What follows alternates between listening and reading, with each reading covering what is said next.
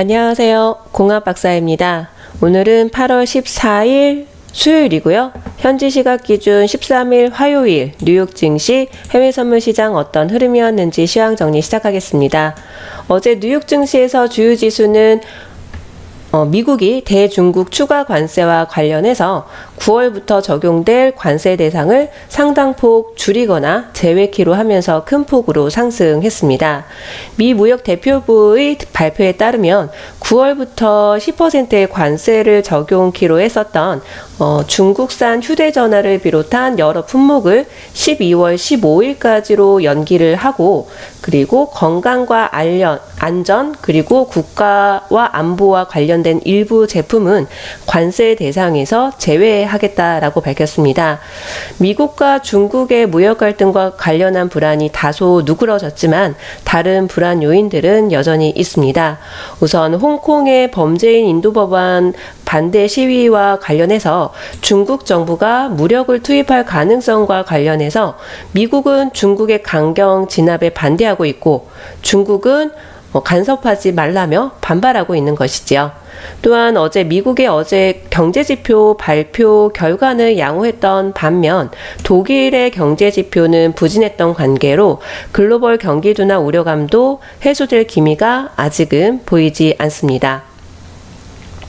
또한 미국 국채 수익률 곡선이 심상치 않은 움직임을 보이고 있는데요. 10년물과 2년물 수익률 곡선 역전은 지난 50년 동안 미국의 모든 침체에 선행한다는 점에서 현재 역전까지 1베이시스 포인트 남짓에 불과한데요. 10년물과 3개월물은 이미 역전이 되었죠. 어제는 미국과 중국 간의 무역 갈등이 깜짝 해소되는 소식이 전해짐으로써 뉴욕 증시 주요 지수가 모두 상승했지만 불안 요소들이 상존하고 있는 만큼 변동성 장에 유의하셔야 되겠습니다. 5분봉 차트로 캡처를 해봤습니다. 눈에 띄게 급등하는 모습이 보이시지요? 다우지수는 1.44% 상승했고요. S&P 500 지수는 1.48%, 그리고 기술주 중심의 나스닥 지수는 1.95% 상승 마감했습니다. 업종별로는 모든 업종들이 다 상승을 했는데요. 애플의 주가가 굉장히 급등하는 모습을 보였었던 것 같아요. 어저께 큰 상승 흐름을 보여주는 모습이었습니다. 한편 국제유가는 글로벌 경기둔화 우려감이 지속되는 상황에 미 무역 대표부의 대중국 관세 부과를 오는 12월 15일로 연기한다는 발표로 인해서 미중 양국의 무역전쟁 긴장이 완화될 수 있다라는 기대가 급부상했죠. 크루드 오일 어제 뉴욕 증시 개장 직후 순식간에 200티 급등하는 모습을 보였습니다. 무역전쟁 으로 원유 수요가 타격을 받을 것이라는 우려가 좀 경감된 영향을 받은 것인데요. 그 밖에도 사우디아라비아 등 산유국이 추가 감산에 나설 수 있다라는 기대감도 유가를 지지했을 테고요. 오늘 예정되어 있는 미국의 원유 재고가 감소했을 것이라는 전망도 유가 상승을 거들었습니다. 어제 제가 시황 정리 영상 공유 드리면서 크루드 오일이 3분봉 기준으로는 TW 매도 신호에 임박했지만 시간봉 기준으로는 우상향을 보이고 있었기 때문에 계속해서 매수 진입도 고려해야 하므로 매도 진입을 했다 하더라도 목표 수익은 너무 무리하게 하지 마시고 장중 흐름을 고려해서 따르시라고 말씀을 드렸던 것 같습니다. 세계적으로 경제, 지리적 불안 요인이 크게 작용하고 있다 해서 무조건 매도만 보는 것도 위험하다라고 말씀을 드렸었죠.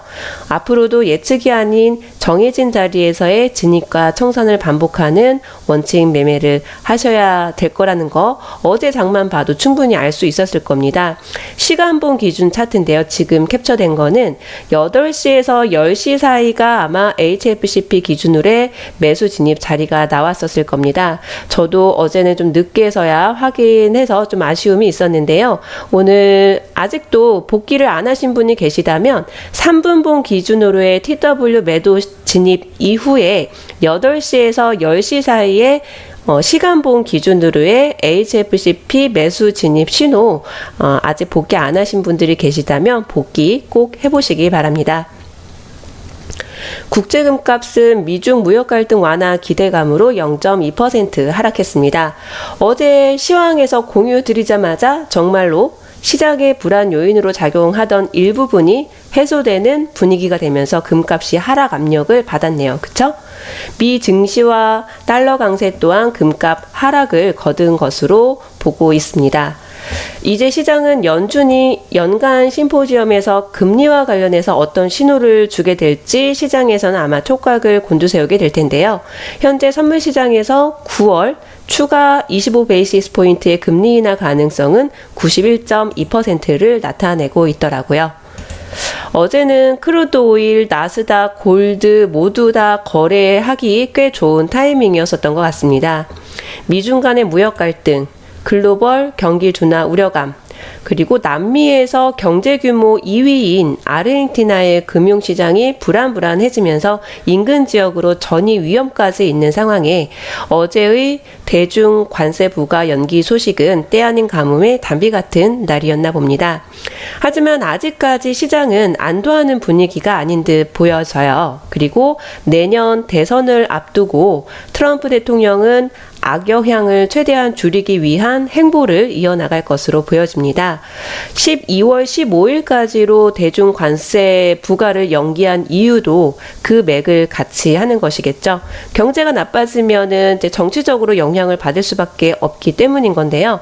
미국의 쇼핑 시즌에 미칠 악영향이 그 맥을 같이 하는 겁니다. 그것도 아마 감안해서 일단은 연기를 하는 전략으로 나간 것이 아닐까 이렇게 생각을 해볼 수 있을 것 같습니다. 오늘의 경제지표 발표 일정입니다. 오늘 오전에 발표되었던 중국의 7월 산업생산 증가율이 전월 대비 4.8% 증가한 것으로 발표되었는데요. 예상치를 크게 하회했어요. 2002년 2월 이후 최저치니까 증가율이 17년 만에 최저를 기록하게 된 셈입니다. 오늘 9시 30분에는 수출 가격, 미국의 경제지표 발표가 예정되어 있고요. 그리고 11시 30분에는 원유 재고 발표가 예정되어 있습니다. 아시죠? 변동성 장세에서는 손절, 익절, 자동 청산 예약 꼭 하셔야 하고 청산되면 청산된 것까지 확인하셔야 한다는 걸요.